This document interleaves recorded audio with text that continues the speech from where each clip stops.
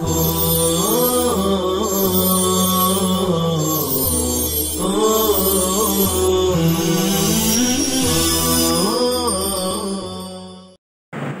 اللہ الرحمن الرحیم نحمدہ ونصلی علی رسولہ الکریم اما بعد باب ما جاء فی ان من البیان سحرا۔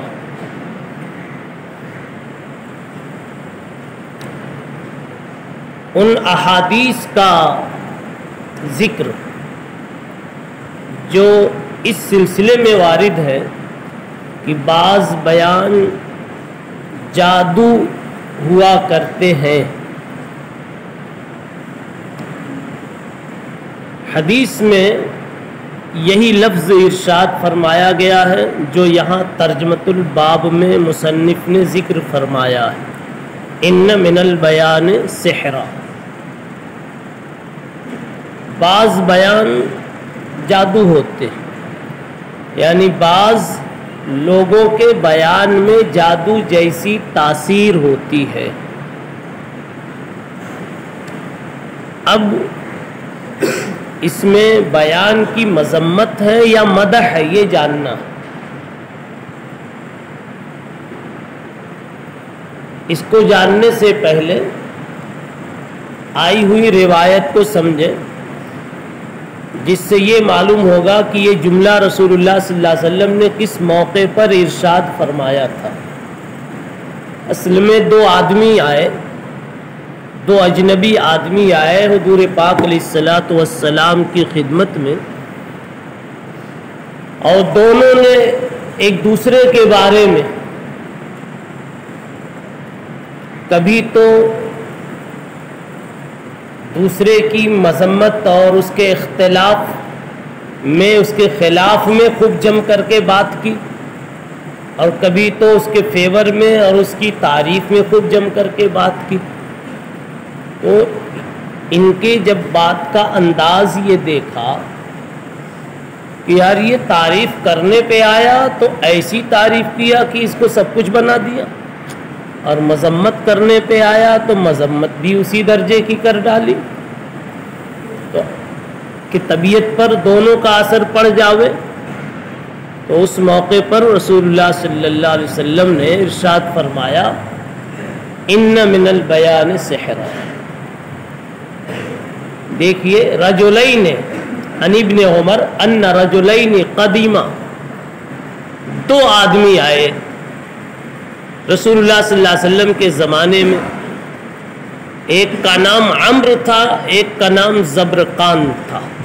یہ دونوں آئے آپ صلی اللہ علیہ وسلم کی خدمت میں، اور دونوں نے آ کر کے خطبہ دیا، یعنی بیان دیا۔ اب یہ مطلب نہیں کہ باقاعدہ تقریر کی، کوئی بات آئی، کوئی وقت آیا تو جم کر کے گفتگو کی۔ تو ان دونوں کی گفتگو سے لوگ حیرت میں پڑ گئے۔ فعجب الناس من کلامہما فالتفت الینا رسول اللہ صلی اللہ علیہ وسلم، حضور پاک صلی اللہ علیہ وسلم ہماری طرف متوجہ ہو کر فرمانے لگے، ان من البیان سحرا، یا یوں کہا ان بعض البیان سحرا، بعض بیان جادو ہوتے ہیں۔ چاہے من تبیزیہ کا لفظ آپ نے استعمال فرمایا یا خود لفظ بعض استعمال فرمایا۔ اب یہ جملہ مدح پر مشتمل ہے یا یہ کہ ذم پر، دونوں باتیں ہو سکتی ہیں۔ یہاں ایسا لگ رہا ہے کہ حدیث کے شان ورود کے پس منظر میں تو یہ مقام ذم میں کہ ایک ہی آدمی کی ایک مرتبہ اپنے بیان کی طاقت سے پوری اس نے مذمت کر ڈالی، اور دوسری مرتبہ پھر پوری تعریف کر ڈالی۔ تو ایسا لگتا ہے کہ یہاں پر جو آپ نے ارشاد فرمایا ہے تو یہاں تو مذمت کو بتلانا مقصود ہے، لیکن اس سے بیان کی، نفس بیان کی مدح بھی سمجھ میں آتی ہے کہ بیان میں ایک تاثیر ہے منوانے کی، اثر ڈالنے کی. اس لیے اگر یہ بیان استعمال کیا جاوے کسی ایسی جگہ پر جہاں کوئی چیز منوانی ہے، مثلاً دو کے درمیان اختلاف ہے اور بات بنوانی ہے، منوانی ہے، کسی کو کسی صدمے سے نجات نہیں مل رہی لیکن اس کا صدمہ دور کرنا ہے، تو یہی بیان ذریعہ بنتا ہے. آدمی موٹی بات کوئی ایسی بات کہہ دیتا ہے کہنے والا کہ سامنے والے کا غم بالکل ہلکا ہو جاتا ہے، ایسا لگتا پڑا ہوا پہاڑ ہٹ گیا، ٹل گیا. تو یہ جو بیان کی خوبی ہے، بیان کی تاثیر ہے، اس میں مدح کا بھی پہلو ہے، ذم کا بھی پہلو ہے. تو دونوں باتیں ہیں. اپنے متعلق کے اعتبار سے اس کا حکم متعین ہوتا رہے گا. آپ نے صحیح جگہ پر اپنے بیان کی طاقت استعمال کی ہے تو یہ استعمال محمود ہے، بے جگہ استعمال کیا ہے تو یہ بیان مذموم ہے. باب ما جاء فی التواضع. تواضع یہ کبر کی ضد ہے، ترفع کی ضد ہے. کبر کہتے ہیں بڑائی کو، اور بڑائی نام ہے دوسرے کو حقیر سمجھنا. تو تواضع نام ہوگا دوسرے کو بڑا سمجھنا، اچھا سمجھنا، اپنے کو معمولی سمجھنا، اپنے کو معمولی سمجھنا.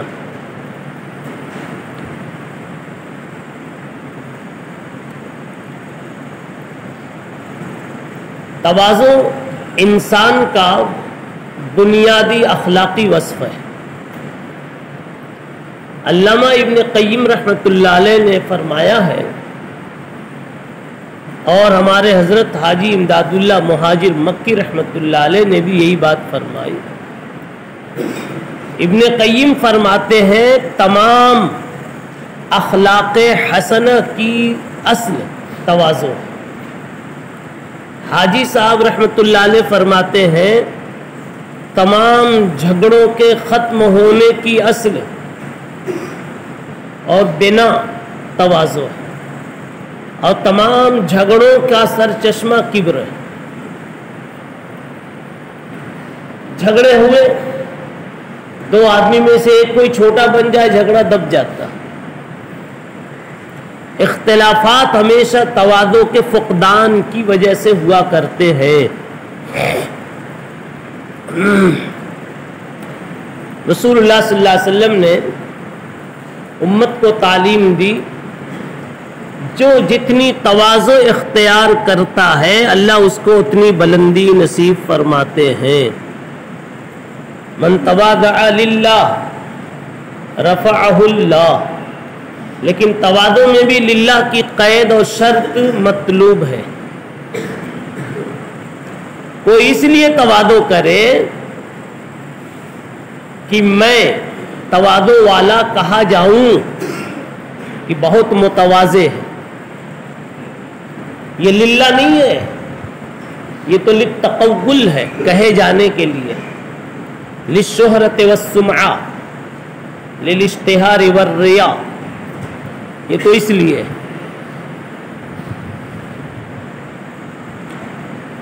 اخلاص کی قید ہے. من تواضع للہ رفعہ اللہ ومن تکبر وضعہ اللہ. جی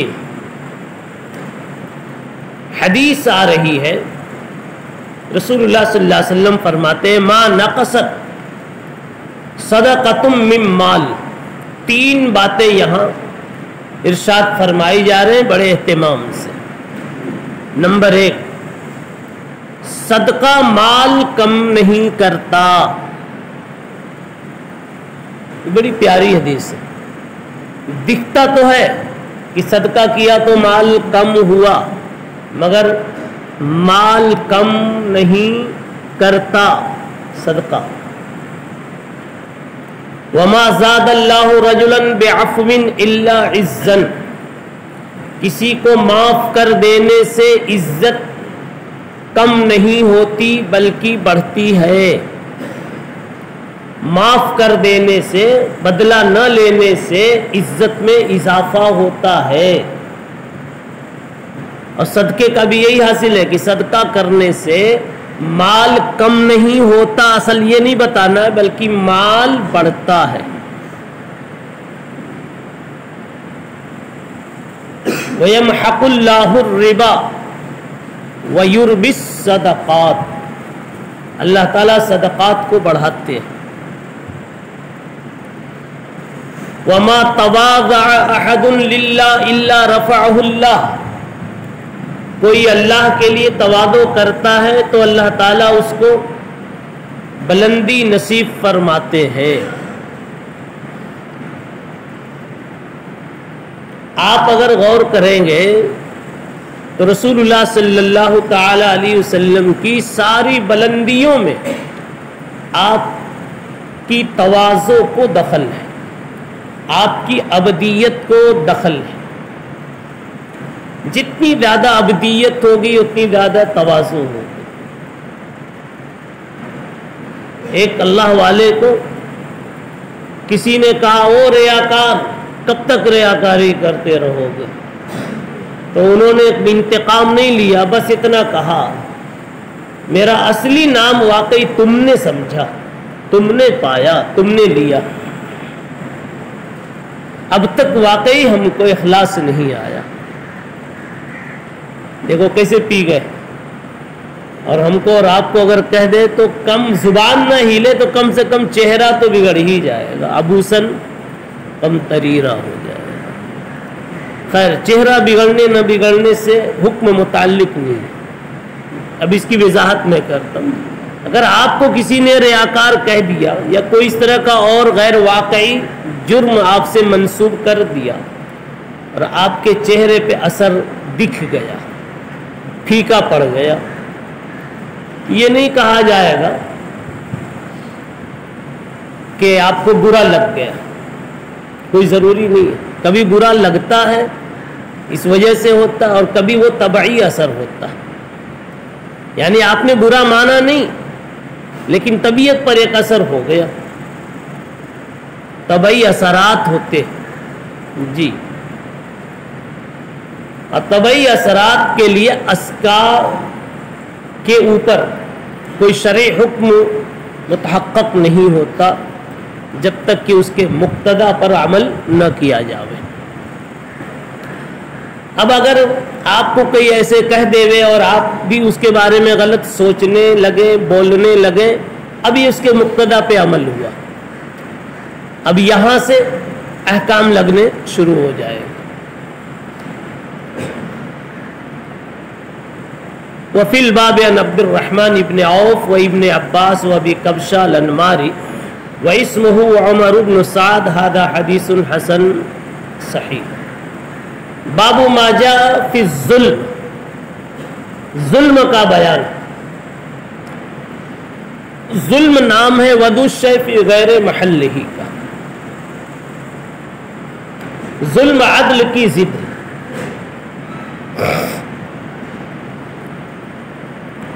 ظلم میں اصل معنی وہی ہے وضع الشیء فی غیر محلہ. تو عدل کا حاصل ہوگا وضع الشیء فی محلہ، فی اصل محلہ. وضع الشیء فی اصل محلہ. ٹوپی کو سر پہ رکھنا اور جوتے کو پاؤں میں رکھنا یہ عدل ہے، اور اس کے برعکس کرنا ظلم.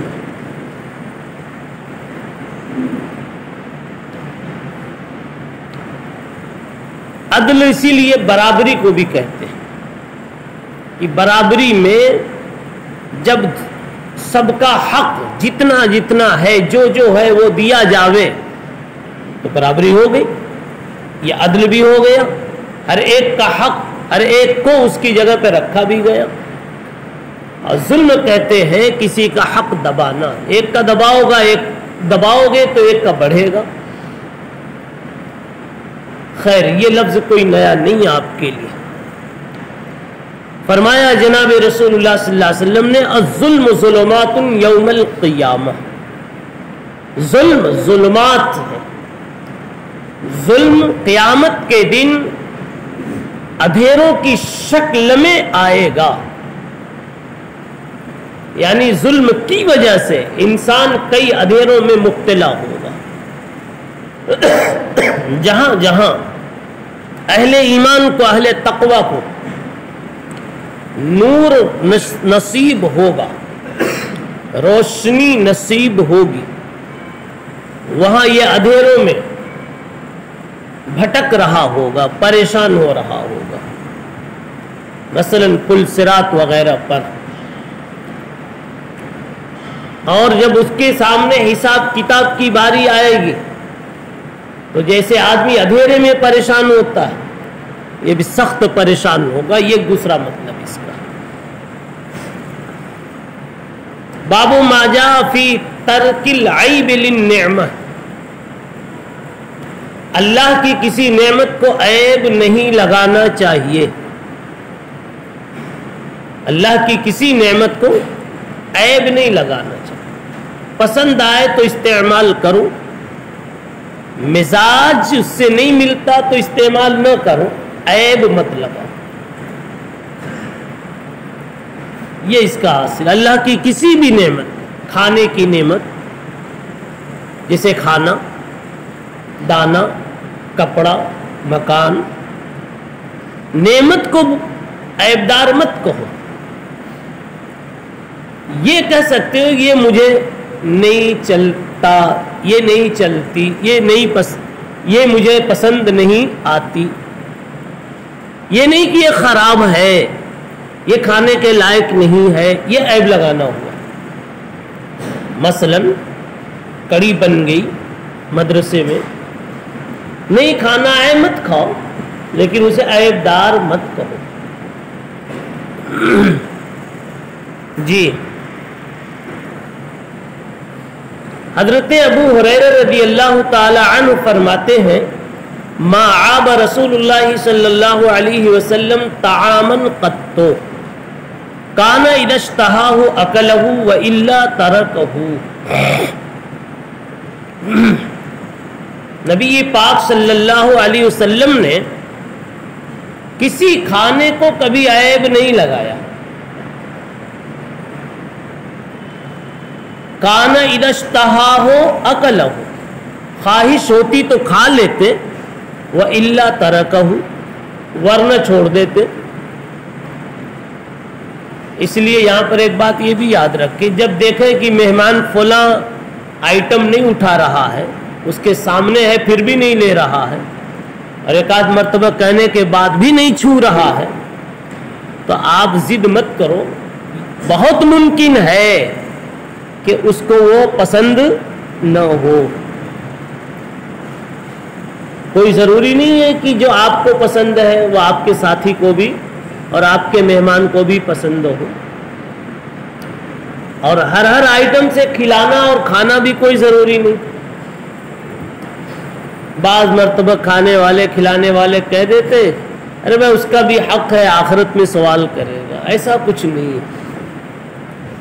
جناب رسول اللہ صلی اللہ تعالی علیہ وسلم نے کبھی کبھی وہ کھانے کے کچھ آئٹم کو، کھانے کی کچھ چیزوں کو چھوڑ دیا، کیا وہاں بھی سوال ہوگا؟ ایسا کچھ نہیں، لوگوں میں یہ بات یوں ہی چل پڑی۔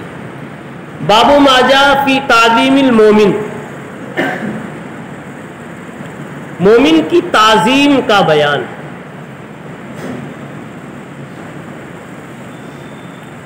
به قال حدثنا يحيى بن اقسم والجارود بن معاذ قال حدثنا الفضل بن موسى قال حدثنا الحسين بن واقد عن اوفا بن الدلهم عن نافع عن ابن عمر قال صعد رسول الله صلی اللہ علیہ وسلم، نبی پاک صلی اللہ علیہ وسلم ممبر پر تشریف لائے، بلند آواز سے آپ نے لوگوں کو کہا یا معشر من اسلم بلسانه ولم يفض الایمان الى قلبه ولم یفضل ایمان،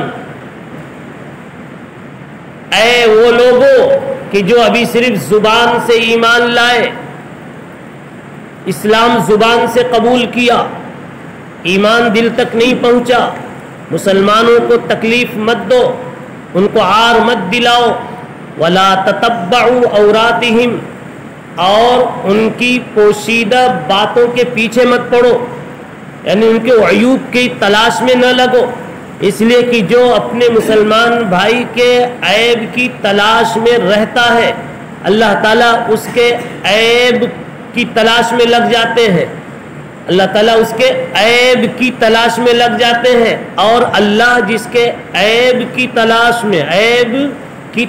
میں لگ جاوے تو اس کو رسوا کر ڈالتے ہیں۔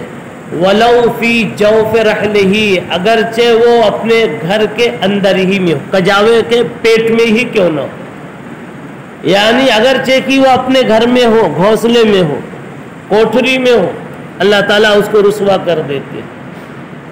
اس سے پتہ چلا ہر صاحب ایمان کی بلکہ ہر انسان کی تعظیم کرنی چاہیے، کسی کی پوشیدہ منفی بات کبھی بھی تلاش کرنے کی فکر نہیں ہونی چاہیے، معلوم ہو جائے بغیر تلاش کیے تب بھی اس پر پردہ ڈالنے کی کوشش کرنی چاہیے۔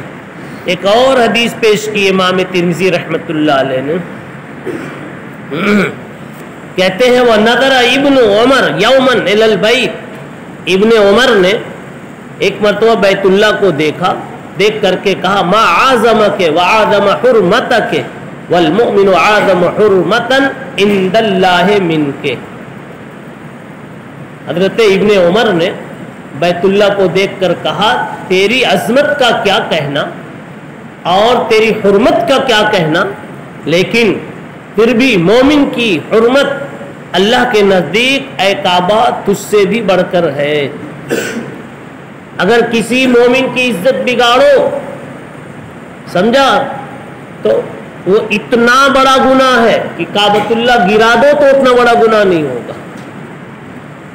لیکن ہم نے کچھ الٹا سمجھ لیا۔ جی سبحان اللہ و بحمدہ سبحان اللہ العظیم۔